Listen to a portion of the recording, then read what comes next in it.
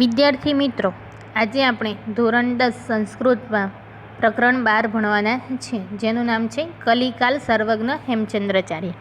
હેમચંદ્રાચાર્યને કલિકાલ સર્વજ્ઞનું બિરુદ આપવામાં આવેલું છે, તેથી તે કલિકાલ સર્વજ્ઞ હેમચંદ્રાચાર્ય તરીકે ઓળખાય છે. ગુજરાતના સાંસ્કૃતિક ઇતિહાસમાં કલિકાલ સર્વજ્ઞ હેમચંદ્રાચાર્યનું નામ સુપ્રસિદ્ધ છે. વિક્રમ સંવત 1945ની કાર્તિકી પૂર્ણિમાના દિવસે અમદાવાદ જિલ્લાના ધંધુકા ગામે તેમનો જન્મ થયો હતો. તેમનું નામ ચંગદેવ રાખવામાં આવ્યું હતું. આ ચંગદેવે માત્ર 8 વર્ષની વયે ખંભાત મુકામે દેવચંદ્ર સુરજી મહારાજ પાસેથી દીક્ષા લીધી. પછી તેઓ સોમચંદ્ર નામે જાણીતા બન્યા. 8 વર્ષ સુધીમાં તેમને દેવસુરી મહારાજ પાસેથી દીક્ષાઓ પ્રાપ્ત કરી હતી અને તેના દીક્ષા પ્રાપ્ત કર્યા પછી તે ચંગદેવમાંથી સોમચંદ્ર નામે જાણીતા થયા હતા. માત્ર 21 વર્ષની વયે તેમને સૂરીપદ પ્રાપ્ત કર્યું હતું અને હેમચંદ્ર સૂરીના નામે ઓળખવા લાગ્યા. પોતાના જમાનામાં ઉપલબ્ધ બધી વિદ્યાઓને તેમને અભ્યાસ કર્યો, તેમાં નિપુણતા પ્રાપ્ત કરી અને સ્વરચિત કૃતિઓની જુદી જુદી વિદ્યાશાખાઓમાં પોતાનું પ્રદાન પણ નોંધાવ્યું. આમ જ્ઞાનની વિશાળ સમૃદ્ધિને કારણે તેમને 1173માં કાળ ધર્મના કારણે કલિકાલ સર્વજ્ઞનું બિરુદ આપવામાં આવ્યું છે. સિદ્ધરાજ રાજ જયસિંહ માળવાના રાજપોજ ઉપર વિજય પ્રાપ્ત કરી પુષ્કળ ધન તથા તેમનો સમૃદ્ધ ગ્રંથાગાર પોતાની સાથે લઈને અણહિલપુર પાટણ આવ્યા, ત્યારે તેમને આવકારવા વિદ્વાનોનું એક વૃંદ પણ સામેલ હતું. આ વિદ્વાનોના વૃંદના અગ્રણી હેમચંદ્ર સૂરી હતા. એમ કહેવાય છે કે કીર્તિ યશસ્ય જીવતી, અર્થાત જેની કીર્તિ છે તે મૃત્યુ પામ્યા હોવા છતાં જીવતો હોય છે. એટલે કે જ્યાં સુધી માણસ કીર્તિ હોય ત્યાં સુધી તે ભલે મૃત્યુ પામ્યો હોય પણ તેની કીર્તિ જીવતી રહે છે. આવી કીર્તિ લક્ષ્મીથી નહીં પણ સરસ્વતીથી થતી હોય છે. તે જાણી ચૂકેલા રાજા સિદ્ધરાજ જયસિંહે હેમચંદ્રાચાર્યને વિવિધ સાહિત્ય રચવાની પ્રાર્થના કરી. વિશેષ આગ્રહ કરીને તેમની પાસે સંસ્કૃત વ્યાકરણનો એક અદ્ભુત ગ્રંથ તૈયાર કરાવ્યો. આ ગ્રંથ સિદ્ધ હેમ શબ્દાનુશાસન તરીકે પ્રસિદ્ધ છે. ગુજરાતના સાહિત્યિક ઇતિહાસની આ ઘટનાને ધ્યાનમાં રાખીને પ્રસ્તુત પાઠ તૈયાર કરવામાં આવ્યો છે. અહીં એ તથ્યને ઉજાગર કરવાનો ઉપક્રમ રખાયો છે. પોતાની કીર્તિ જાળવી રાખવાની ઈચ્છા ધરાવતા પ્રત્યેક માણસે સાહિત્યની ઉપાસના કરવી જોઈએ. કલિકાલ હેમચંદ્રાચાર્ય, જે આપણે ઉત્તર ગુજરાત યુનિવર્સિટીનું નામ તરીકે હેમચંદ્રાચાર્ય યુનિવર્સિટી તરીકે પ્રખ્યાત છે, જેમ આપણે દક્ષિણ ગુજરાતમાં વીર નર્મદ તરીકે પ્રખ્યાત છે યુનિવર્સિટી, તેમ ઉત્તર ગુજરાતમાં હેમચંદ્રાચાર્ય તરીકે પ્રખ્યાત છે. આપણે જોઈએ તો સિદ્ધરાજ જયસિંહે પોતાની ખ્યાતિ પ્રાપ્ત કરવા માટે પૈસાથી ખ્યાતિ કીર્તિ પ્રાપ્ત થતી નથી, તેના માટે જ્ઞાન હોવું જોઈએ છે અને એ જ્ઞાનથી એમની કીર્તિ જીવંત રાખવા માટે તેમને હેમચંદ્રાચાર્ય જોડે ગ્રંથ લખાવ્યો અને તેમનું નામ આપ્યું સિદ્ધ હેમ શબ્દાનુશાસન. એટલે કે સિદ્ધરાજનો સિદ્ધ અને હેમચંદ્રાચાર્યનું હેમ, આ બંને શબ્દને જોડાઈને સિદ્ધ હેમ શબ્દાનુશાસન તરીકે પ્રસિદ્ધ ગ્રંથ રચાયો હતો. વિક્રમસ્ય દ્વાદશ શતાબ્દા સિદ્ધરાજ જયસિંહ માલવિજયમ કૃતવાન. વિક્રમસ્ય એટલે કે વિક્રમની દ્વાદશ શતાબ્દા એટલે કે 12મી શતાબ્દીમાં સિદ્ધરાજ જયસિંહ માલવિજય એટલે કે માલ્લવ વિજય કૃતવાન એટલે કે મેળવ્યો, પ્રાપ્ત કર્યો હતો. વિક્રમની 12મી સદીમાં સિદ્ધરાજ જયસિંહે માલ્લવ વિજય પ્રાપ્ત કર્યો હતો. વિજયાંતરમ જયસિંહ નૃપતે યશોવર્મણમ સર્વધનમ ગૃહીત્વા અણહિલમપુરમ પ્રત્યાગતવાન. વિજયાંતર એટલે કે વિજય પછી જયસિંહ નૃપતે એટલે કે જયસિંહ રાજા યશોવર્માનું, નૃપતે યશોવર્મણ એટલે કે યશોવર્માનું સર્વધન ગૃહીત્વા એટલે કે બધું જ ધન ગ્રહણ કરી લીધું. અણહિલપુર પ્રત્યાગતવામ, પછી અણહિલપુર પાટણ પાછો આવ્યો. અણહિલપુર જે પહેલાં પાટણનું નામ હતું અણહિલપુર, જે અત્યારે પાટણ તરીકે ઓળખાય છે, ત્યાં પાછા આવ્યો. ધનેન સહ તત્રત્ય ગ્રંથાગરોપી તસ્ય હસ્તગતો જાતઃ. ધનેન સહ એટલે કે ધન સાથે, તત્રત્ય ત્યાં, ગ્રંથાગરો અપી તસ્ય હસ્તગ્રતો જાતા એટલે કે ગ્રંથોનો ભંડાર પણ તેમને હાથ આવે, હસ્તગ્રત એટલે હાથ આવે. અસ્મિન ગ્રંથાગારો બહુ અનુપમ ગ્રંથા આસન, આ ગ્રંથા અસ્મિન એટલે કે આ ગ્રંથાગારમાં, ગ્રંથ ભંડારમાં, બહુ અનુપમ એટલે કે અદ્ભુત, ઘણા અદ્ભુત ગ્રંથો હતા. તેષુ ભોજેન વિરિચિતમ સરસ્વતી કંઠાભરના નામમ પ્રસિદ્ધ ભોજ વ્યાકરણમપી એકતતમ આસિત. તેષુ એટલે તેમાં, ભોજેન એટલે કે ભોજે, વિરચિતમ એટલે કે રચેલું, ભોજરાજાએ રચેલું, સરસ્વતી કંઠાભરણ નામનો પ્રસિદ્ધ ભોજ વ્યાકરણમપી એટલે કે ભોજ વ્યાકરણ પણ એકતમ આસિત એક હતું. એટલે કે વિક્રમની 12મી સદીમાં સિદ્ધરાજ જયસિંહ માલવ વિજય મેળવીને તે પછી યશોવર્માનું બધું જ ધન લઈને તે અણહિલપુર પાટણ પાછા આવે છે અને ત્યાં ધનની સાથે તેનો ગ્રંથ ભંડાર પણ તેના હાથમાં આવે છે અને તેમાં રાજા ભોજે રચેલું સરસ્વતી કંઠાભરણ નામનું પ્રસિદ્ધ ભોજ વ્યાકરણ પણ તેમની હાથે લાગે છે. એટલે કે જ્યારે વિજય પ્રાપ્ત કર્યો ત્યારે યશોવર્માનું બધું જ ધન, તેના ગ્રંથોને બધું જ લઈને સિદ્ધરાજ જયસિંહ પાટણ આવે છે. એકદા સિદ્ધરાજ વિચાર પંથમ આરૂઢ, એકદા એટલે એક દિવસ, સિદ્ધરાજ વિચાર પંથમાં આરૂઢ એટલે આરૂઢ એટલે કે ચડવું, વિચારના પંથ એટલે કે વિચારના રસ્તે ચડ્યો. સ અચિંતયંત માલ્લવ વિજયનમ અહમ ધનસ્ય સ્વામિત્વમ પ્રાપ્તવાન.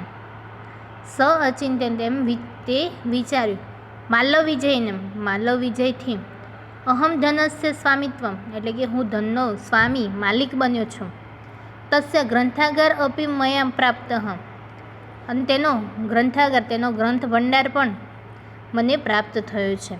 પરંતુ ભોજ વ્યાકરણમ ભોજસ્ય યાદર્શી કીર્તિ વર્તતે તાદર્શી કીર્તિ મયા ન પ્રાપ્તમ. પરંતુ ભોજ વ્યાકરણ એટલે કે ભોજના વ્યાકરણથી ભોજની યાદર્શ એટલે કે જેવી કીર્તિ વર્તતે એટલે કે જેવી કીર્તિ છે, ભોજના વ્યાકરણથી ભોજની જેવી કીર્તિ છે, તાદર્શ એટલે કે તેવી કીર્તિ ન પ્રાપ્ત, તેવી ખ્યાતિ કીર્તિ મને પ્રાપ્ત નથી. અતઃ એતાદશ કિમપી કरणीयम એન મદિર્યામ કીર્તિરપી તાદર્શુ ભવેત યાદર્શુ ભોજસ્યાસી. અતઃ એતાદશ એટલે કે એવું તે શું કરું, કિમપી મેં પણ કરણીયમ મદિયામ કીર્તિ એટલે કે મારી કીર્તિ પણ તેના જેવી ભોજની છે. એટલે કે એવું હું શું પ્રાપ્ત કરું, એવી શું ખ્યાતિ કરું, એવું શું કામ કરું, જેવી કીર્તિ ભોજની છે તેવી કીર્તિ પણ મારી થાય એમ. એકવાર સિદ્ધરાજ વિચારે ચડ્યો. તેને વિચાર્યું, માલ્લવ વિજયથી હું ખૂબ ધનવાન તો થયો છું, માલિક પણ બન્યો છું, ધનનો માલિક પણ બન્યો છું, તેનો ગ્રંથ ભંડાર પણ મને પ્રાપ્ત થયો છે, પરંતુ ભોજ વ્યાકરણ વડે ભોજની જેવી ખ્યાતિ છે તેવી ખ્યાતિ મારી નથી એમ.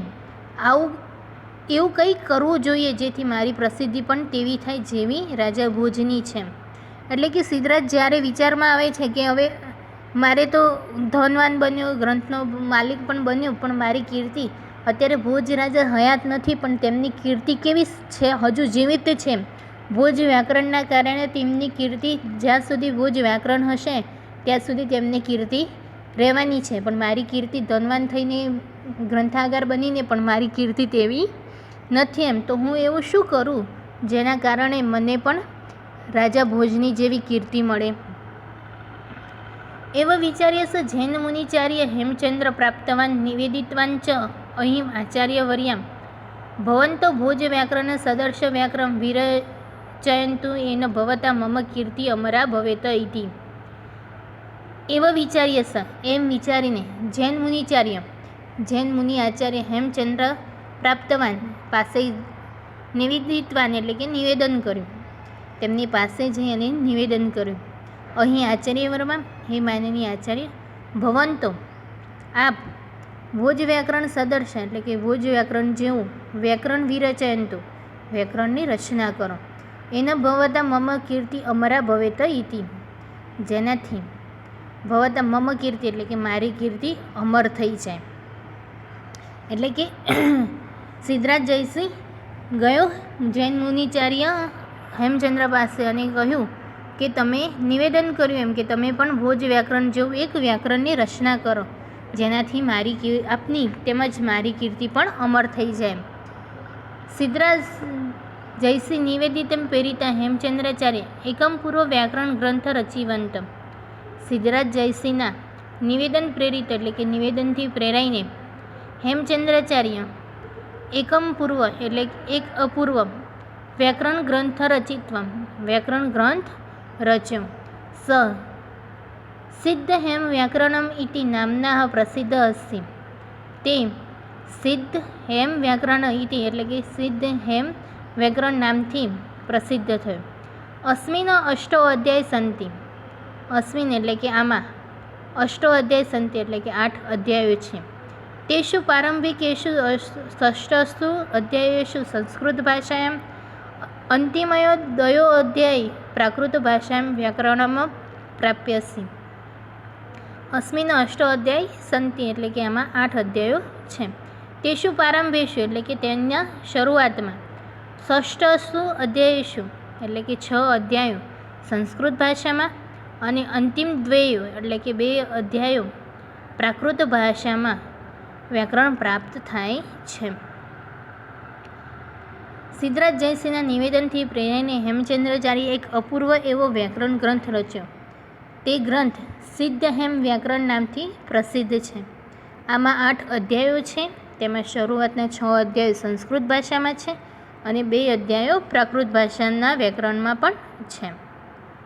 હેમચંદ્રાચાર્ય લક્ષ્ય શ્લોકમ પરિમિતિ સાહિત્ય વિરચિતમ અસ્તિ. હેમચંદ્રાચાર્ય લક્ષ્ય શ્લોક પરિમિતિ એટલે કે 1,00,000 શ્લોકો જેટલું સાહિત્ય વિરચિતમ એટલે કે સાહિત્ય રચ્યું.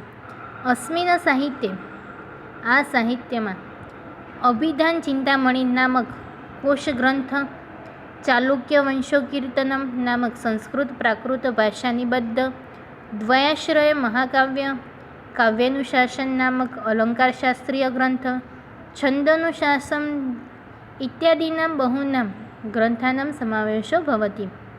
અસ્મિન સાહિત્યમાં અભિધાન ચિંતામણી નામનો શબ્દકોશ, ચાલુક્ય વંશોકીર્તનમ નામનું સંસ્કૃત પ્રાકૃત ભાષામાં રચાયેલું દ્વયાશ્રય મહાકાવ્ય, કાવ્યાનુશાસન નામનો અલંકાર શાસ્ત્રનો ગ્રંથ અને છંદાનુશાસન વગેરે અનેક ગ્રંથોનો સમાવેશ થાય છે. હેમચંદ્રાચાર્યનો 1,00,000 શ્લોકો જેટલું સાહિત્ય લખ્યું. તેમાં અભિધાન ચિંતામણી નામનો શબ્દકોશ, ચાલુક્ય વંશોકીર્તિ નામનું સંસ્કૃત પ્રાકૃત રચાયેલું દ્વયાશ્રય મહાકાવ્ય, કાવ્યાનુશાસન નામનો અલંકાર શાસ્ત્રનો ગ્રંથ અને છંદાનુશાસન આવા વગેરે ગ્રંથોનો સમાવેશ થાય છે. ગુજર પ્રદેશે લબ્ધ નિરયમ હેમચંદ્રાચાર્ય ન કેવલ ગુજર પ્રાંતે ન તુ સમગ્ર અપી સંસ્કૃત સાહિત્યકાક્ષે સૂર્યમંત પ્રકાશતે. ગુજરાત પ્રદેશ એટલે કે ગુજરાત પ્રદેશમાં લબ્ધ નિરયમ એટલે કે જન્મેલા હેમચંદ્રાચાર્ય ન કેવલ ગુજરાત પ્રદેશમાં એટલે કે જન્મેલા ફક્ત ગુજરાત પ્રદેશમાં જ નહીં પરંતુ સમગ્ર એટલે કે સંપૂર્ણ સંસ્કૃત સાહિત્ય પ્રકાશ એટલે કે સંસ્કૃત સાહિત્યના આકાશમાં સૂર્યવંત પ્રકાશતે સૂર્યની જેમ પ્રકાશે છે. એટલે કે અહીં હેમચંદ્રાચાર્ય અને સિદ્ધરાજ વચ્ચેની જે સિદ્ધ હેમ શબ્દાનુશાસન શબ્દકોશ રચાયો તે વખતની વાત કરવામાં આવી છે કે સિદ્ધરાજ જયસિંહે યશોવર્માની સાથે ધન પ્રાપ્ત કર્યું, ગ્રંથો પણ પ્રાપ્ત કર્યા. તેમાં તેને સરસ્વતી કંઠાવરણ નામનો ભોજનો વ્યાકરણ ગ્રંથ પ્રાપ્ત થયો હતો. તેથી તેને સિદ્ધરાજને લાગ્યું કે ભોજનું તો જો અત્યારે ભોજ હયાત નથી તો પણ તેની કીર્તિ અમર છે. હું એવું શું કરું જેનાથી મારી પણ કીર્તિ અમર થાય. તેથી તેમને જૈન મુનિચાર્ય હેમચંદ્રાચાર્યને વ્યાકરણ ગ્રંથ રચવાની કહ્યું અને જેમાં હેમચંદ્રાચાર્ય અને સિદ્ધરાજની પણ કીર્તિ અમર બને તેવું કાર્ય કરવાનું કહ્યું. અને સિદ્ધરાજ જયસિંહના નિવેદનથી પ્રેરાઈને હેમચંદ્રાચાર્યએ સિદ્ધ હેમ શબ્દાનુશાસન નામનો વ્યાકરણ ગ્રંથ રચ્યો. એ પછી તેમને ઘણા જ વ્યાકરણ ગ્રંથો પણ રચ્યા હતા અને એમાં ચિંતામણી અભિધાન, ચિંતામણી નામનો શબ્દકોશ, ચાલુક્ય વંશોનું કીર્તિ નામનું સંસ્કૃત પ્રાકૃત ભાષામાં દ્વયાશ્રય મહાકાવ્ય, કાવ્યનું શાસન નામનો અલંકારશાસ્ત્ર, છંદનું શાસન, આવા ઘણા ગ્રંથો રચ્યા હતા. જેમ ગુજરાત પ્રદેશમાં જન્મેલા હેમચંદ્રાચાર્ય ફક્ત ગુજરાતમાં જ નહીં પણ આખા જ દેશમાં સંસ્કૃત ભાષાના સાહિત્યમાં સૂર્યની જેમ પ્રકાશિત છે. અહીં આપણો 12મો પાઠ પૂર્ણ થાય છે.